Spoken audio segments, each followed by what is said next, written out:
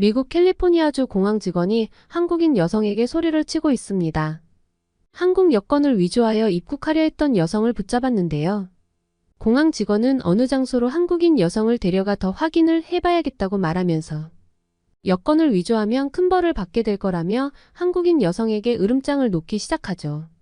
한국인 여성은 모멸감을 느끼며 부들부들 떨었는데요.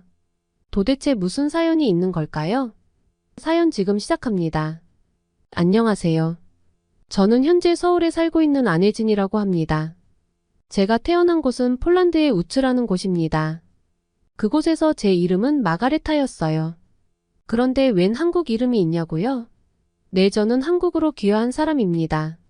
저는 대학 시절 무역을 전공했고 졸업 후 폴란드에 있는 외국계 무역회사에 취직했습니다. 외국계 회사라 당연히 해외 출장이 잦은 업무를 맡았어요. 대부분의 직원들이 해외 출장을 자주 다닙니다. 새로운 거래처를 찾기 위해서는 해외에서 몇 개월을 체류하는 경우도 있어요. 저 역시도 그들과 하는 일이 별반 다르지는 않았습니다. 신입사원 때는 주로 유럽의 거래처를 담당했는데 사실 제가 특히 영어를 잘하거든요. 그래서 제 담당 지역이 미국으로 바뀌었고 자연스레 미국으로의 출장이 빈번해졌어요. 그런데 제가 처음 미국에 입국하려던 날은 아직도 잊을 수가 없어요.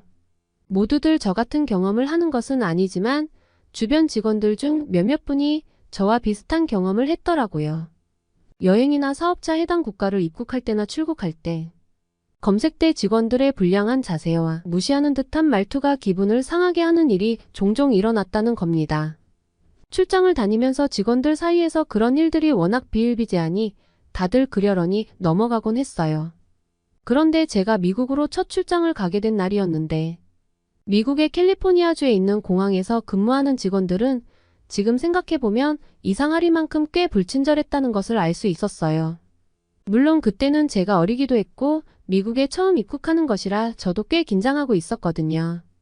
그래서 모든 공항의 직원들은 원래 그런 식으로 일해야 하는 건가 싶었습니다. 왜냐하면 수많은 사람들을 접하다 보면 뜻하지 않는 사건 사고들이 일어날 수도 있기에 공항 직원들은 항상 긴장해야 한다는 것도 이해가 되었거든요. 게다가 테러 위협으로 공항의 안전이 무엇보다 우선이기에 직원들이 필요 이상으로 신경을 써야 하기도 하죠. 그러다 보니 그들에게 있어서 저는 의리되어 검사를 받는 느낌에 기분이 좋지 않더라고요. 마치 그들은 제게 갑이었으니까요. 한 번은 그들이 제게 도를 넘은 갑질을 한 적도 있습니다. 사람을 무시해도 유분수지 그들은 저를 마치 범죄자 취급까지 하였습니다. 그때만 생각하면 아직도 제 심장이 두근거리고 가슴속 저 깊숙한 곳에서 뜨거운 것이 느껴집니다. 이게 한국말로는 앙금이 남았다고 하는 거 맞죠? 처음 미국 출장 계획이 잡혔을 때 사실 전 설레서 잠을 못 잤습니다. 미국은 제게 꿈의 나라였으니까요. 어렸을 때부터 성공하면 미국이란 곳에서 일하고 싶다는 생각도 해봤고 살아보고 싶다는 생각은 더 많이 했어요. 영어를 잘하게 된 것은 어렸을 때부터 영어를 특히 좋아했는데 미국 영화 한 편을 보면 대사를 달달 외울 정도로 보고 또 보고 할 정도이다 보니 자연스레 귀가 트였고 영어가 저에겐 제2의 모국어 같은 느낌이었죠.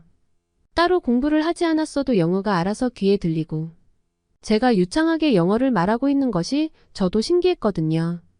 그렇게 자연스럽게 영어를 익혔습니다. 그런 저에게 미국 방문은 설렘 자체였습니다.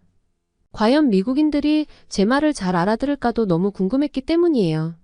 미국의 거래처 미팅에서 유창한 영어로 회의하는 제 모습을 상상하기만 해도 벌써부터 뿌듯함이 밀려왔죠.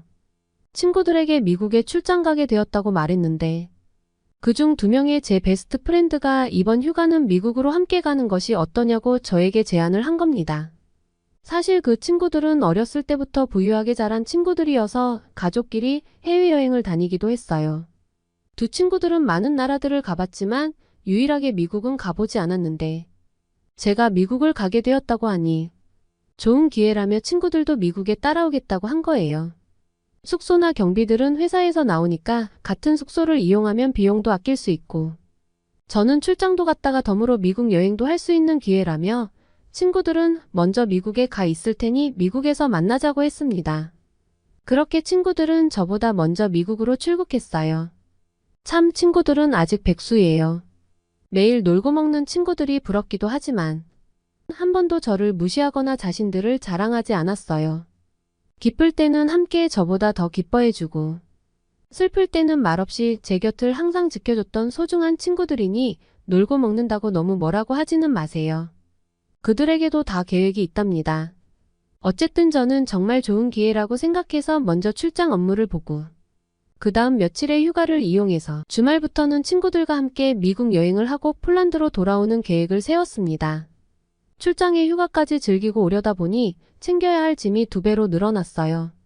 캐리어에 들어가지 못한 나머지 여행짐은 어깨에 이고 지고 가게 되었어요. 이것 때문에 제가 모욕을 당할 거라곤 상상도 못했습니다.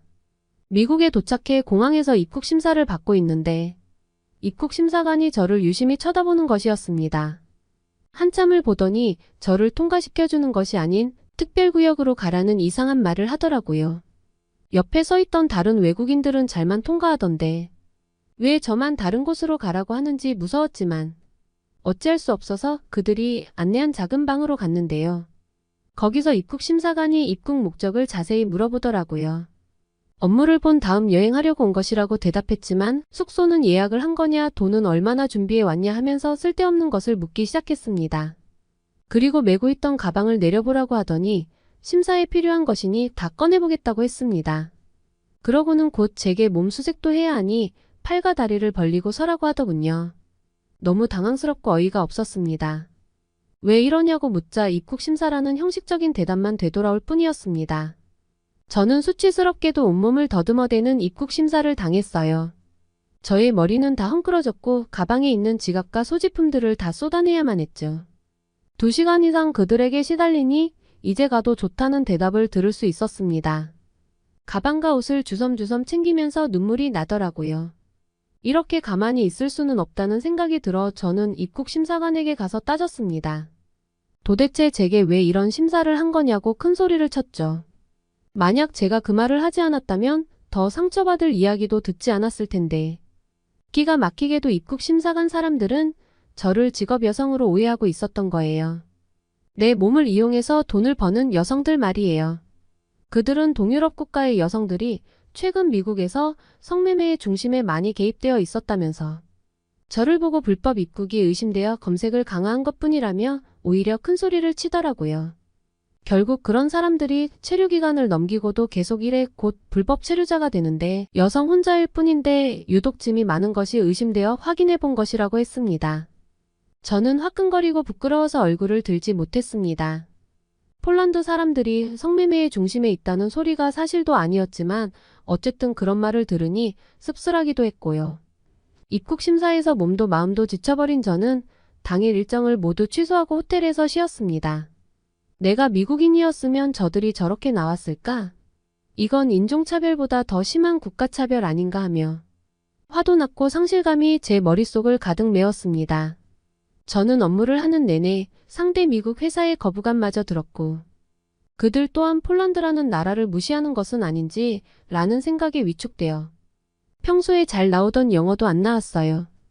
다행히 일은 잘 마무리했지만 여행은 최악이었어요. 그런 수모를 겪었으니 기분이 이미 한껏 상해버려 잘 풀리지 않았습니다. 나중에 알고 보니 친구들은 저와 같은 일을 당하지 않았어요. 그 사실에 더 화가 났어요. 오로지 그 입국 심사관의 촉에 따라 복불복으로 생기는 일인 거잖아요.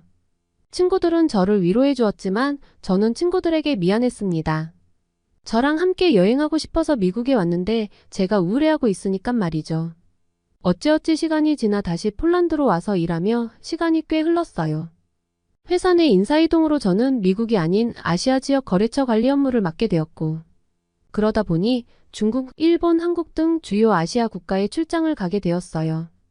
기억에 남는 출장지는 바로 당연히 한국입니다. 왜냐고요? 한국에 출장 갔다가 한국인이 되어버렸으니까요. 저희 회사와 한국 거래처와의 업무 체결은 순탄했고 한국은 아시아에서 가장 주목되는 시장이라 저희 회사에서도 가장 중요하게 생각하는 나라이기도 했기에 한국과 더 많은 거래를 하게 되었고 저는 더욱 자주 한국을 방문하게 되었죠. 거래가 많아질수록 제가 한국에 체류하는 날들이 길어졌고 1년의 반은 한국에 있던 적도 있었어요. 그러다 보니 저는 오히려 한국에서의 생활이 더 편하고 좋더라고요. 외국인이라면 한국에 대해서 입이 마르고 닳도록 칭찬하는 것들이 정말 많잖아요. 가까운 편의점, 편리한 대중교통, 범죄 없는 안전한 방거리, 맛있는 음식, 쾌적한 집까지. 이러한 장점들을 한 번에 가지고 있는 나라가 몇이나 되겠어요? 그런데 제가 한국 생활을 하면서 힘들었던 게 딱 하나가 있었는데 그건 바로 외로움이었습니다. 주로 거래처 회사 사람들과 친하게 지내긴 했지만 정말 가까운 사람은 없었거든요. 그런데 어느 날 거래처 회사 회식에 따라갔는데 회사 사장님이 제게 한국 남자를 만나볼 생각은 없냐고 물어보시는 거예요. 정말 성실하고 착한 후배가 있는데 저를 볼 때마다 그 후배가 생각난다는 것이었습니다. 그때 당시 저도 30대 초반을 달리고 있었고 결혼에 대한 로망도 가지고 있었거든요. 그래서 저는 한국 회사 사장님의 제안을 감사하게 넙죽받았습니다. 그동안 만나본 한국 사람들은 정말 친절하고 자상하다고 생각해왔고 한국 남자들도 정말 괜찮다고 생각해왔었는데 마땅히 만날 방법은 없었거든요. 좋은 인연을 만나고 싶었습니다. 며칠 지나 저보다 4살 많은 30대 중반의 남자를 만났는데 그분은 경찰이셨어요. 사장님이 보는 눈은 정확했습니다. 저와 남자친구는 영혼의 단짝같이 정말 찰떡궁합을 자랑했어요. 말하자면 티키타카가 정말 잘 된 거죠. 남자친구와 1년 정도 사귄 후 서로를 많이 알게 되고 신뢰가 쌓여 결혼까지 하게 되었어요. 1년의 신혼생활을 즐긴 뒤 아이를 가질 계획을 가지면서 저는 귀화를 신청해서 대한민국 국민이 되었습니다. 한국인 부부로 사는 것이 저에게도 아이에게도 더 좋을 거라고 생각했어요. 저의 결혼은 다니던 회사에서도 반기는 눈치였죠. 마침 한국지사를 설립할 생각이었는데 딱 맞는 적임자가 생긴 것이니까요. 그러던 어느 날 회사에서 급한 연락이 왔습니다. 미국 업체를 담당하고 있는 직원이 갑작스러운 교통사고로 다리를 다쳐 출장이 어렵게 되었는데 거래 계약을 앞두고 있는 미국 회사라. 꼭 현지 직원이 가서 계약을 맺고 와야 한다는 것이었죠. 그래서 전임자인 저에게 미국 출장을 요청하신 거예요. 미국 장기 출장이라는 것이 싫었지만 안 갈 수도 없는 노릇이었습니다. 남편도 휴가를 갑자기 오래 낼 수는 없다고 해서 각자 일에 좀 더 매진하기로 하고 저는 혼자 미국을 가기로 했습니다. 미국 공항에 도착하여 입국 심사를 받으러 줄을 서는데 앞쪽을 보고 깜짝 놀랐습니다. 처음 미국에 갔을 때 제게 모욕감을 주었던 입국 심사관이 앉아있는 게 아니겠어요. 몇 년의 시간이 흘렀지만 저는 그를 단번에 알아볼 수 있었습니다. 그분은 여전히 권위적인 자세와 의심 가득한 눈초리로 심사를 하고 있었죠. 그때와 달리 저에게는 더 이상 그런 일이 생기지 않을 것이라 믿고 있었습니다. 왜냐하면 저는 이제 한국인이니까요. 하지만 혹시라도 또 지난번과 비슷한 상황이 생긴다면 나름대로 생각해 놓은 계획도 있었죠. 제 차례가 오자 저는 당당하게 여권을 보여주었습니다. 역시 한국 여권만으로는 어려웠던 일이었을까요? 입국 심사관은 저의 여권을 앞뒤로 살펴보고 신분사항이 적혀있는 쪽을 한참을 보았습니다. 그러더니 저를 위아래로 여러 번 훑어보는 것이 아니겠어요. 그 행동만으로도 저는 얼굴이 갑자기 빨개졌습니다. 입국 심사관은 결국 그때처럼 저를 통과시키려 들지 않았습니다. 그는 어떻게 서양인의 외모를 하고 있으면서 한국인이냐고 추궁하면서 여권을 위조했거나 훔친 게 아니냐고 닥달했습니다. 저는 기가 막혀 큰 소리를 치기 시작했습니다. 아무것도 모르고 당했던 그때와 달리 저는 가만히 있지만은 않았습니다. 대사관 직원에게 바로 연락해보라며 나는 한국인이 맞다면서 큰 소리를 쳤죠. 그리고 만약 내가 한국인인 게 맞았을 경우 사과할 걸 각오해야 한다고 강하게 말했어요.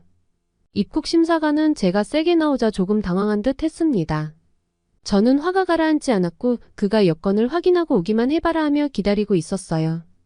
10분이 채 되지 않아 입국 심사관은 난감한 표정으로 저에게 다가왔습니다. 그리고 어쩔 줄 몰라 하면서 저에게 정중히 사과를 했습니다. 죄송합니다. 한국인인 줄 미처 몰랐습니다. 피부색과 이목구비 헤어 컬러로 봐서는 누가 봐도 서양인의 얼굴이라 도저히 한국 사람으로 보기는 어려웠다고 하더라고요. 저는 귀화자들도 많은데 외모만으로 국적을 판단하는 것이 아니라고 그에게 강하게 말했고 그는 제 말에 아무런 반박을 못했고 죄송하다는 말만 반복할 뿐이었습니다. 죽을 죄를 지은 건 아니니 저는 그만 사과해도 된다고 말했어요. 그리고 다음부터는 이렇게 행동하지 않았으면 좋겠다고 충고하며 심사대를 통과했습니다. 그에게 지적을 한 건 잘한 일이 아니었지만 제가 폴란드인일 때는 몇 시간을 시달리게 하고선 사과조차 하지 않았는데 한국인이 된 저에게는 쩔쩔매는 모습을 보니 어이가 없었죠. 그동안 제 마음속에 있던 앙금이 풀리는 기분이었어요. 저 뒤끝 장난 아니죠? 그렇게 저는 미국 출장을 잘 마무리하고 왔습니다. 잘 사는 나라의 국민은 대접이 다르구나 하며 한국으로 귀화하길 잘했다고 생각이 들어요. 지금까지 제 사연을 들어주셔서 감사합니다. 한때 몸을 이용해서 돈을 버는 직업 여성이라는 오해까지 받았던 폴란드 여성이 한국 국적을 얻고 나서 입국 심사관을 제대로 참교육한 이야기. 어떻게 보셨나요? 어엿한 한국인이 된 혜진 씨가 한국인으로서 자랑스러운 면모를 세계에 떨치시기 바랍니다. 끝까지 시청해주셔서 감사합니다. 여러분의 구독과 좋아요는 영상 제작에 큰 힘이 됩니다. 더욱더 감동 깊은 사연으로 찾아뵙겠습니다. 감사합니다.